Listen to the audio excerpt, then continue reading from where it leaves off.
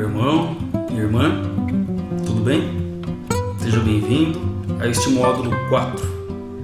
Nós vamos começar a conversar sobre o capítulo 2, com o título Me Invocarão de Geração em Geração, e os 4 elementos: a entrega a Deus, o conhecimento, o amor e a esperança. Na primeira aula, que é a aula de hoje, vamos falar sobre no início da reflexão teológica, parte 1. Vamos ver que nesse segundo capítulo, logo no início dos nossos estudos, a revelação de Deus. Como Deus se revela ao homem. Nós então temos o autor bíblico, um autor inspirado, como a gente já conversou, inspirado pelo Espírito Santo, para nos trazer esta mensagem de revelação do nosso Deus. Esse autor, ele configura essa mensagem de revelação conforme as suas habilidades cognitivas, conforme a sua capacidade de reflexionar, de refletir, de flexionar o seu pensamento, sobre determinado tema, e então conversar sobre ele. Esse autor, ele então usa de estilos literários, de abordagens pedagógicas, de todo o contexto que havia naquela época em que foi escrito o texto bíblico que nós estamos, que no caso esteja se referindo, mas quando nós paramos para pensar sobre essa questão da revelação no sentido macro, Deus ele vai se revelar conforme a capacidade do ser humano tem de compreendê-lo. Ele nunca vai se revelar de uma tal forma que não seja contextualizada à vida humana. Então, dessa maneira, ele se revela por expressões externas que são apreendidas, compreendidas, ela trazida para dentro, apreendida pelas faculdades cognitivas humanas, e aí então, por meio dessas análises e reflexões, a gente lança teorias de estudo. Os textos sagrados, por exemplo, quando passa pelo crivo da escrita, o autor, como a gente acabou de falar agora, ele vai então explicar conforme a contextualização social, econômica, política, religiosa daquele momento que ele está escrevendo, e é logicamente que pela ação do Espírito Santo, mas contudo, quando a gente então passa da escrita para a tradução, a gente então já passa por um período de tempo, dependendo de qual texto bíblico nós estamos se referindo, mas passa por um período de tempo longo, de certa maneira longo. Então nós temos um outro estilo de vida, nós temos um outro pensamento sobre a história.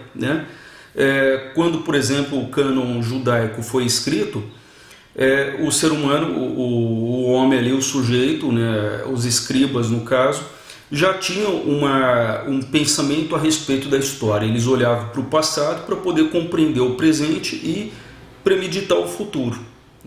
Então esse é o conceito de história.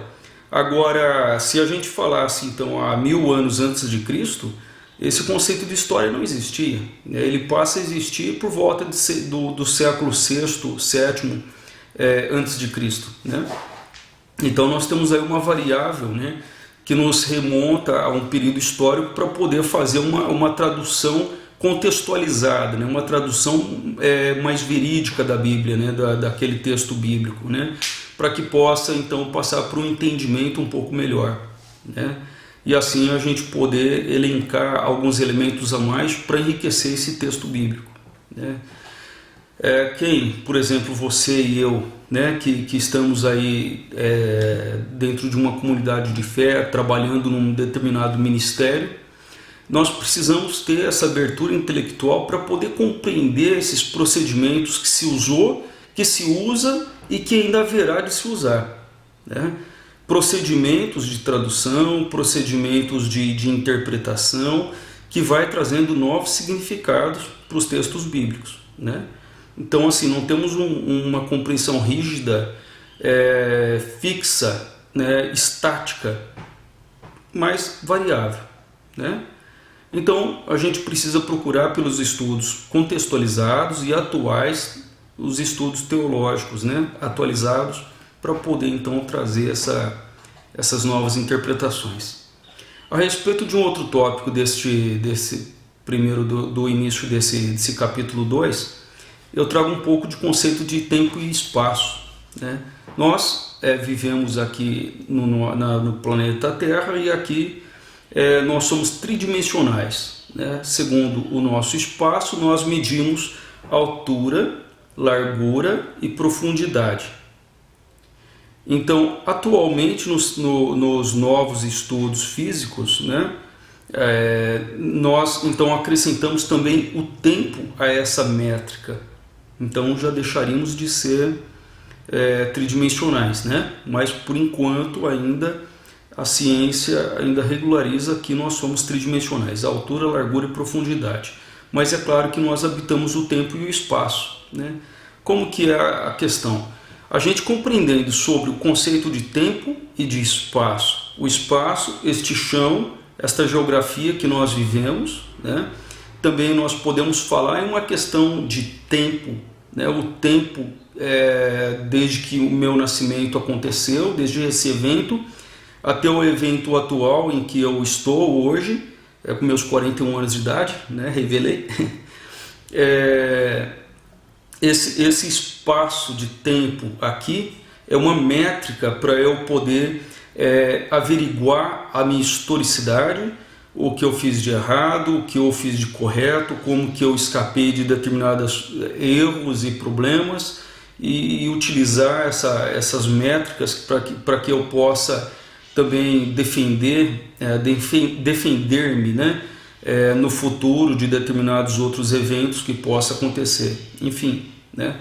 Então a gente precisa, porque nós seres humanos somos animais simbólicos, né? Como fala Ernest Cassirer, um autor de antropologia filosófica, o ser humano é um animal simbólico, né? E é pelo simbolismo, pelas analogias dos símbolos que a gente vai construindo a nossa história, né?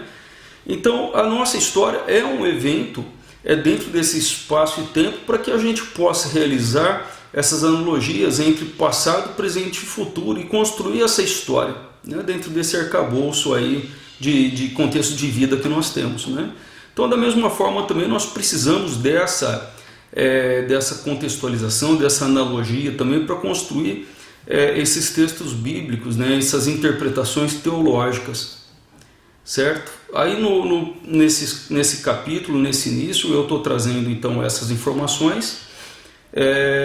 Tentei, né, procurei ser o mais dinâmico possível, numa linguagem mais facilitada, né? Também tem alguns artigos que podem ajudar na compreensão dessa questão, né? E se acaso houver dúvida, por favor, me esclareça, né? E também compartilhe, né, dentro do ambiente virtual para que a gente possa traduzir, né, essas dúvidas e ver se a gente chega num consenso. Então, enfim, Deus, ele é eterno, ele não mora no tempo, né, mas ele é Senhor do tempo e caminha conosco na nossa história. Por isso, por ser eterno, ele é o nosso princípio e finalidade, certo? Muito obrigado por mais essa aula, Deus abençoe, até a próxima.